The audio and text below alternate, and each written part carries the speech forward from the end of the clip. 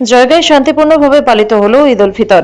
খুশি ও ধর্মীয় ভাবগম্ভীর্যের মধ্য দিয়ে জয়গাঁয় পালিত হলো পবিত্র ঈদ উল ফিতর।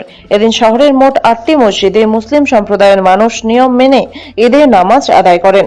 জয়গাঁয় ঝর্ণা জামে মসজিদ, নুরি জামে মসজিদ, টাউন জামে মসজিদ, গুয়াবাড়ি জামে মসজিদ, ইলিয়াসনগর জামে মসজিদ, ডারাগাঁও জামে মসজিদ, আদর্শ জামে মসজিদ এবং রামগাঁও নুরানি জামে মসজিদে শান্তিপূর্ণ পরিবেশে নামাজ অনুষ্ঠিত হয়।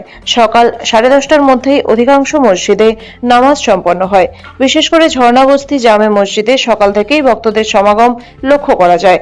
সকাল 8টা থেকেই মানুষজন জমায়েত হতে শুরু করেন এবং 9:30টায় নামাজ শুরু হয়। নামাজ শেষে দুরুদ ও আখিরি দোয়া পাঠ করা হয়।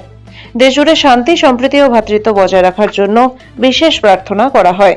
রমজান মাসের 1 মাস ব্যাপী সিয়াম সাধনার পর এই ঈদ উল ফিতর উদযাপিত হয়। মুসলিম ধর্মাবলম্বীরা ভোরে সেহরি গ্রহণ করে সারাদিন রোজা পালন করেন এবং সূর্যাস্তের পর ইফতারের মাধ্যমে রোজা ভঙ্গ করেন। এই নিয়ম মেনে 1 মাস ইবাদতের পর ঈদ আসে আনন্দ ও সম্প্রীতির বার্তা নিয়ে।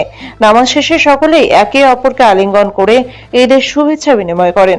পরে আত্মীয় স্বজন ও প্রতিবেশীদের বাড়িতে গিয়ে মিষ্টান্ন, বিশেষ করে সেমাই খেয়ে আনন্দ ভাগ করে নেন।